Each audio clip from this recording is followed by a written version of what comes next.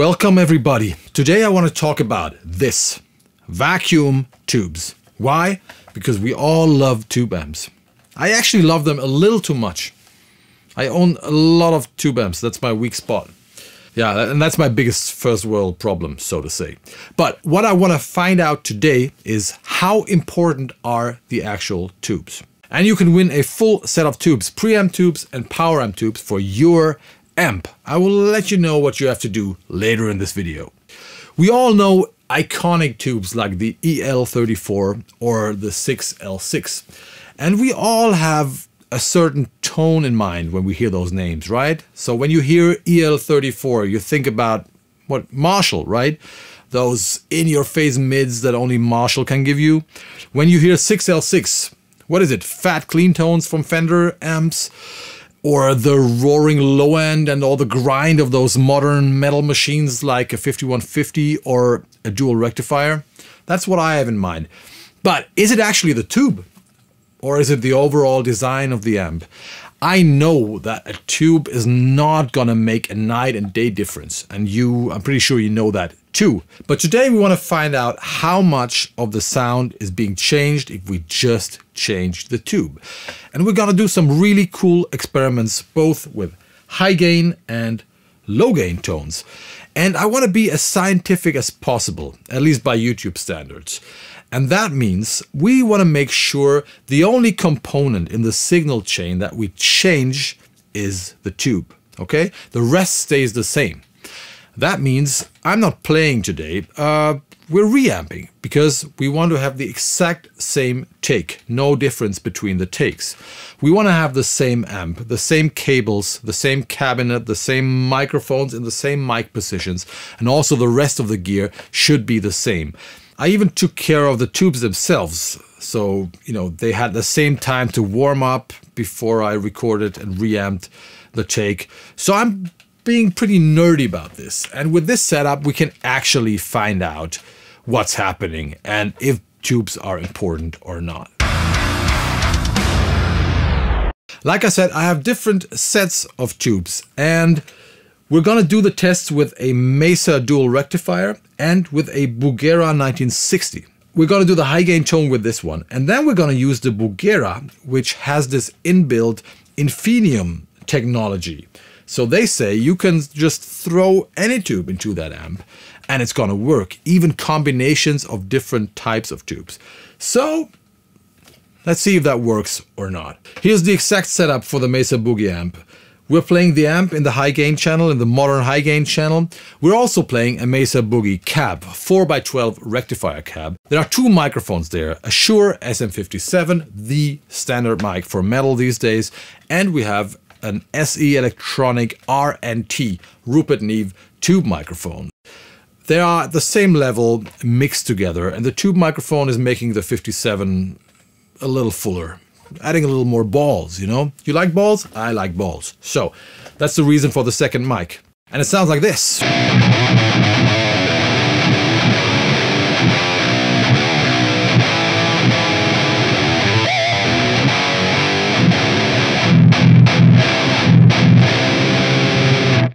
So that is the typical sound of the rectifier, right? Very scooped, very aggressive distortion, fat low end, pretty dynamic in the lows, not that compressed, and a lot of upper mid bite.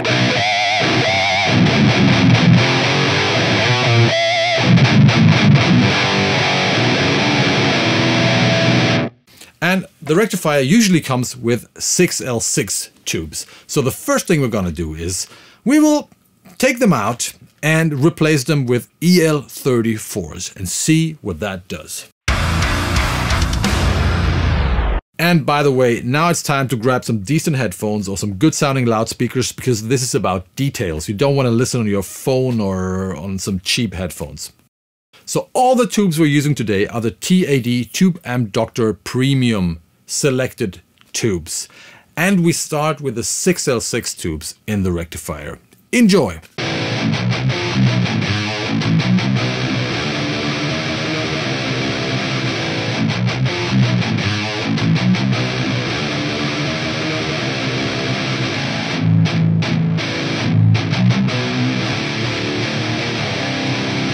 That sounds like expected. A classic brutal rectifier tone. Lovely. But here comes the next tube. This is an EL34.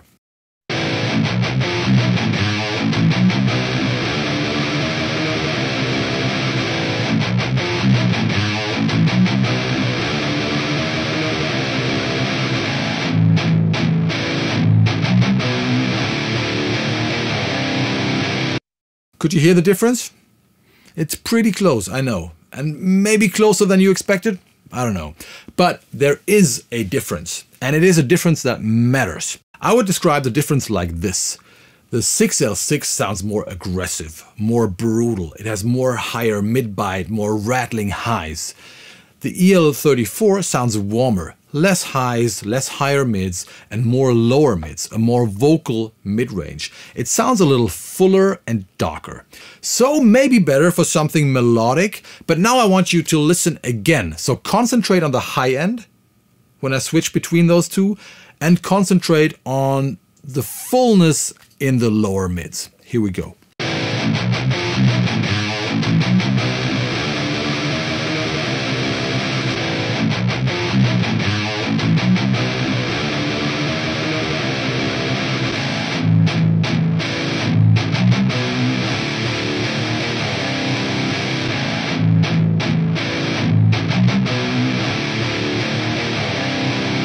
Could you hear it now?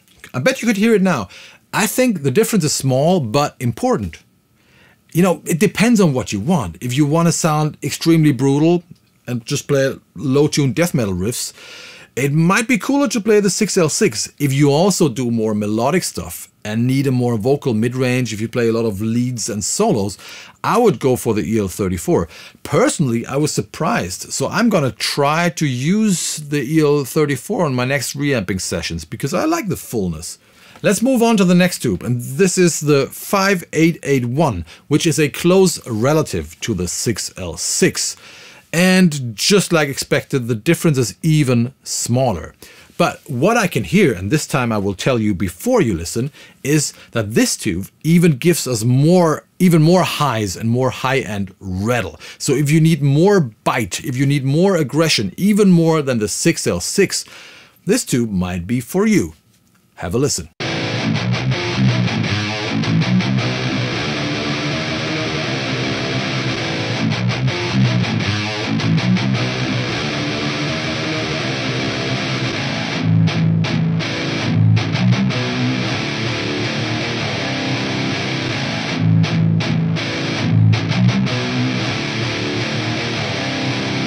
So the difference might be subtle, but it's important, especially in the studio. And changing tubes gives you tonal options, depending on what you want to do, depending on your taste, and depending on what kind of music you play. So, like I said, more aggression, 6L6, more warmth, EL34. It's still, like all those tubes still maintain the character of the amp. Don't worry. The design of the amp is more important than the tube itself. A lot more important. A rectifier is going to sound like a rectifier, but you can tweak it a little bit into the direction you want to go. Let's do another experiment. Let's fucking crank the power amp of the rectifier. Not fully, but let's make it really, really freaking loud. And the reason is I want to know if the difference between the tubes becomes more audible when we do that. I don't like a cranked power amp for metal rhythm tones because we take all our distortion from the preamp and we want to have a tight low end. And the more you crank the power amp, the more distorted the low end gets, the more compressed it gets, the more flubby it sounds, and the less definition you have. So for metal, it's usually not a cool thing. And for some reasons, the mids get louder and louder and the highs and lows get more quiet. But since the rectifier is a pretty scooped amp, it might be cool. Let's check out 6L6 normal volume versus cranked.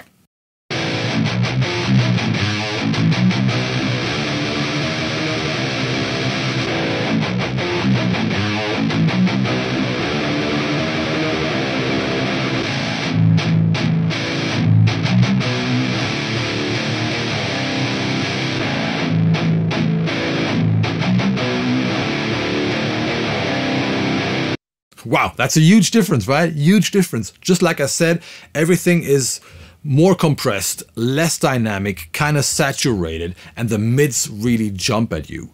It's a little too much for me here, but it's interesting. You can actually shape the sound of your guitar amp by cranking the output of the power amp. But now let's compare the cranked version of the 6L6 and the EL34.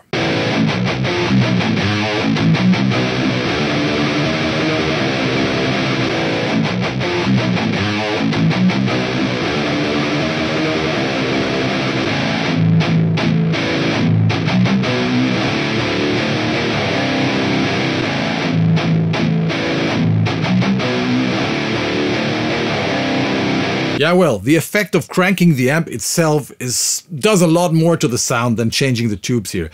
It was a nice experiment, but I think the difference between the tubes, at least with this amp, is the same, no matter if you crank it or not. Just for the record, I also tried another tube from the 6L6 family, which is the KT66, which is, by the way, the coolest looking of the bunch. Really, like, big boy, you know?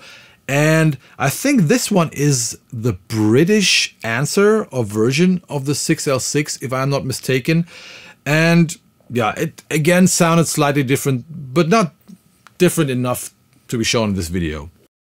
Let me sum it up. High gain experiment done. So the difference between EL34 and 6L6 is pretty obvious. The difference in between the different tubes of the 6L6 family, KT66, M881 and 6L6 itself, is not that huge. It's not that huge. Overall, the 6L6 family sounds a little colder, more aggressive, tighter low end, less mids, and the EL34 sound warmer and fuller in the mids, slightly darker, and also with a slightly looser low end. Let's move on to the next amp. So this is the Bugera 1960, and this is a Marshall Plexi copy, super lead copy, and it's actually a great sounding amp. It's incredible for the money, believe me, it's incredible. It sounds great, I use it a lot on bass and on guitar. And a lot of the distortion comes from the power tube, so this will be interesting. We will start with the EL34, because that's the stock tubes in this amp. Of course, we take the Tube Amp Doctor version, and let's see what happens. Here we go.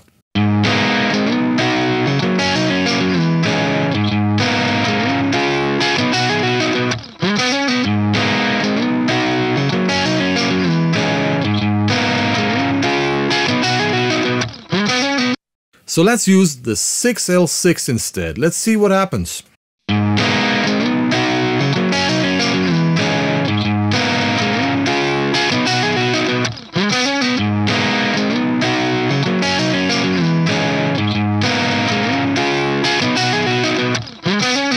That sounds pretty similar to the rectifier experiment, right?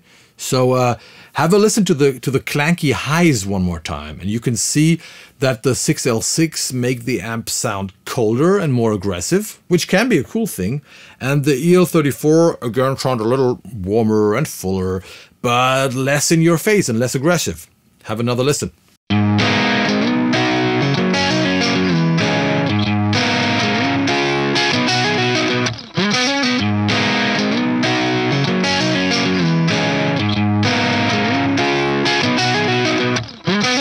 And the more I listen to this, I can hear that some of the mids are shifted. It's very complex and hard to describe, but it's interesting. And the character really changes overall from more aggressive to warmer. Once again, now it depends on what you want. So these days, I'm only using those Tube Amp Doctor premium selected tubes.